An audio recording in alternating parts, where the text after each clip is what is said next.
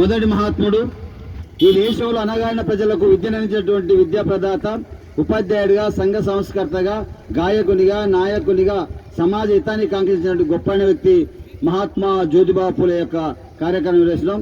ఇటు కార్యక్రమాన్ని ఉద్దేశించి కవి పండితుడు బూరూరి గిరిరాచార్యని మాట్లాడవలసిందిగా సాదరంగా ఆహ్వానం పలుకుతా ఉన్నాం.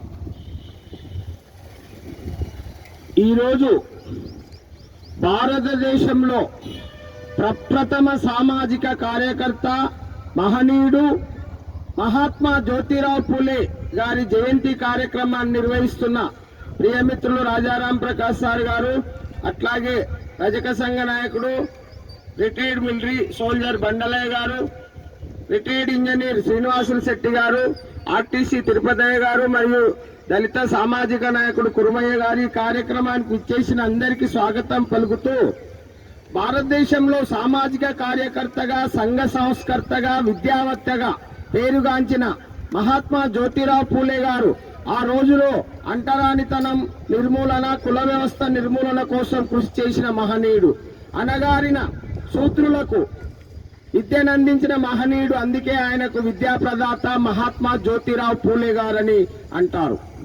మహాత్మా జ్యోతిరావు పూలే గారు 1827 ఏప్రిల్ 11న జన్మించి 1890 నవంబర్ 28న మరణించారు. 63 సంవత్సరాలు జీవించారు. ఈయన 1827 ఏప్రిల్ 11న మహారాష్ట్ర సతారా జిల్లాలో పూణేలో ఒక మాలీ కుటుంబంలో జన్మించాడు. తల్లిదండ్రులు గోవిందరాం, చిన్నాబాయి. మాలీ కుటుంబం అంటే ఆ రోజులో మహారాష్ట్ర పీష్వాల పరిపాలనలో వీరు పూల వ్యాపారం, మాలలు కట్టి అమ్మేవారు. అందుకే మాలీగా కాలక్రమేణా వారి ఇంటి పేరుగా మారింది. ఆయన ఆ రోజుల్లో వాళ్ళ అమ్మ ఆయన సంవత్సరం వయసులో ఉన్నప్పుడు చనిపోవడంతో వీళ్ళకి వ్యవసాయ భూమి ఉంటే తండ్రి పొలంలో పనిచేస్తూ అక్కడే ప్రాథమిక పాఠశాలలో విద్యను అభ్యసిస్తున్నాడు. రాత్రిపూట లాంతర్ వెలుగులో చదివాడు. ఆ రోజుల్లో ఈయన విజ్ఞానాన్ని గుర్తించిన ఒక ముస్లిం టీచర్, ఒక క్రైస్తవ పెద్ద మనిషి, మీ అబ్బాయి మంచి తెలివివంతుడు, చదివించండి అంటే ఒక క్రిస్టియన్ మిషనరీ స్కూల్లో చదివిస్తాడు. ఆ విధంగా ఆయన ఆ రోజుల్లో శివాజీ చరిత్ర, జార్జ్ వాషింగ్టన్ చరిత్రలు చదివాడు. థామస్ రచించిన కుల నిర్మూలన పుస్తకాన్ని చదివాడు. చదివిన తర్వాత ఆ రోజుల్లో ఆయనకు ఒక అవమానం జరిగింది. 1848లో ఒక బ్రాహ్మణ మిత్రుడు గోవిందరావు బిల్లాడే అనే బ్రాహ్మణ మిత్రుని వివాహానికి వెళితే ఇతడు బీసీ కులానికి, అనగారిన కులాలని ఆయనను అక్కడ అవమానిస్తే అవమానానికి ప్రతీకగా ఆ రోజు నుంచి ఆయన ఇది విద్య వల్లనే జరిగిందని విద్యకై కృషి చేశాడు. అంటే శూద్రులకు ఈ బ్రాహ్మణిజ ఆధిపత్య బ్రాహ్మణిజం విద్యను అందించలేదని విద్యావేత్త కృషి చేసిన మహనీయుడు మహాత్మా జ్యోతిరావు పూలే. ఆ రోజుల్లో ఆయనకు 13 సంవత్సరాల వయసులో 9 సంవత్సరాల వయసు గల సావిత్రిబాయి పూలే గారితో వివాహం జరిగింది. ఆయమ్మను కూడా నిరక్షరాస్యులైన విద్యావంతురాలను చేశాడు. ఉపాధ్యాయ శిక్షణ ఇప్పించాడు. భారతదేశం మొట్టమొదటి మహిళా టీచర్గా ఆమెను తీర్చిదిద్దాడు. అందుకే ఆయమ్మ జన్మదినం జనవరి 3ను మనం మహిళా ఉపాధ్యాయ దినోత్సవంగా నిర్వహించుకుంటాం.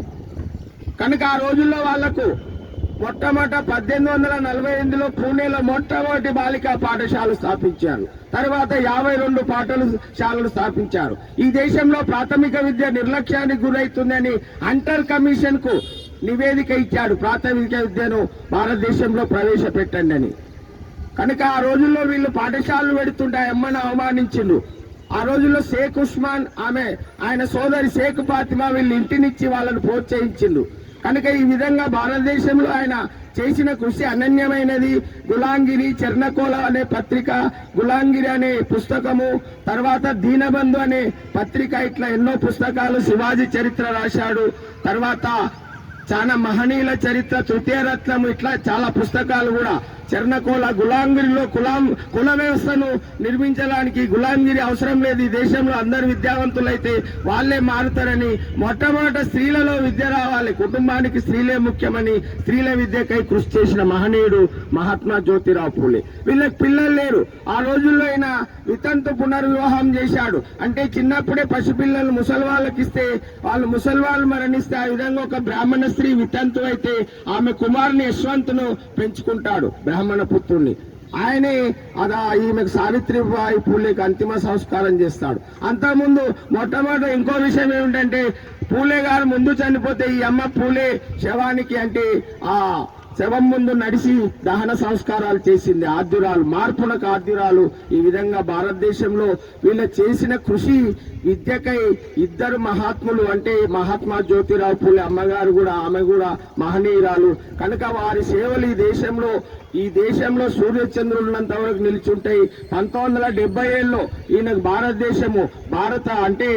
భారతదేశంలో ఈయన పేరున ఒక పోస్టల్ స్టాంపును విడుదల చేసింది. భారతరత్న ఇవ్వలేదు.